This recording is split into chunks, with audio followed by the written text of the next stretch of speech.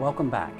I'm Paul Frigga, and I'm walking you through the Masterclass in Team Problem Solving, all organized around the Team Focus module from the McKinsey engagement. We're up to the A in TEAM, which stands for assist. TEAM is talk, evaluate, assist, motivate. Assist is a very important part of successful teams.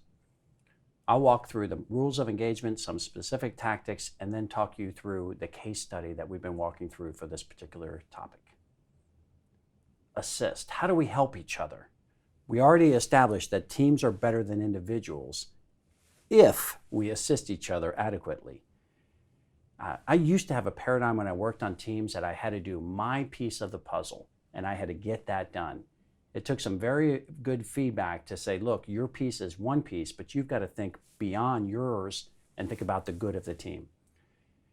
You can't have a player on a basketball team focused on just getting their statistics and their numbers. They have to think about the overall team results. So what are the rules of engagement? What's the specific advice for teams in terms of assisting each other? First, leverage expertise. Second, keep teammates accountable. And thirdly, provide timely feedback. Leveraging expertise. There's no way any team that's assembled has all the knowledge necessary to do a successful project and would not want to take advantage of other knowledge that's either happened prior to that team being formed or within an organization or even outside an organization. The advice is to be very careful about what kind of expertise could come into your team and add value at the right time.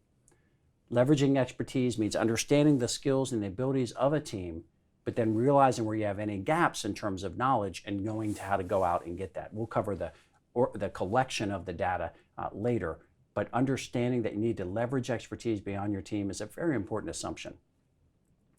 The second is to keep teammates accountable. We've talked before about evaluating and how you have to give assignments to people and have ownership on a project, but it's up to the team to hold accountability for the others on the team in terms of their performance. So you should have agreed upon meetings and deliverables, and then the team should be honest in giving feedback about where each person stands in terms of their accountability on those deliverables. And finally, how do you successfully give feedback? Feedback is a gift. It's a very important part of teams, but there aren't a lot of people who love to receive negative feedback. The truth is, though, we'll never get better without receiving and changing based on feedback. There's often a disconnect with how you think you're performing and what you're doing on a project and what others perceive that. So it requires some regular feedback to check in and make adjustments. Feedback is a really, really critical success factor for teams. In the book, we talk a little bit about giving balanced feedback. So you shouldn't just always give negative feedback to people. That's never going to go well. And you shouldn't just give positive feedback.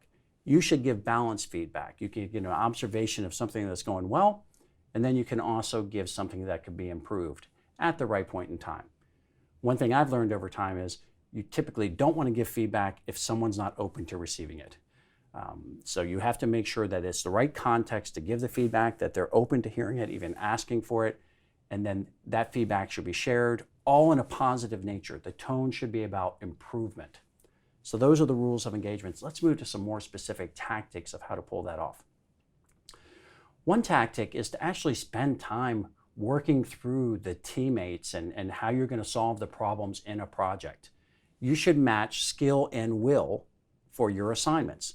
So if a project requires a certain financial skill and you don't have that, but you want to develop it, you might have the will to do that project, but not the skills. So you should be complemented with someone who has the skills as well.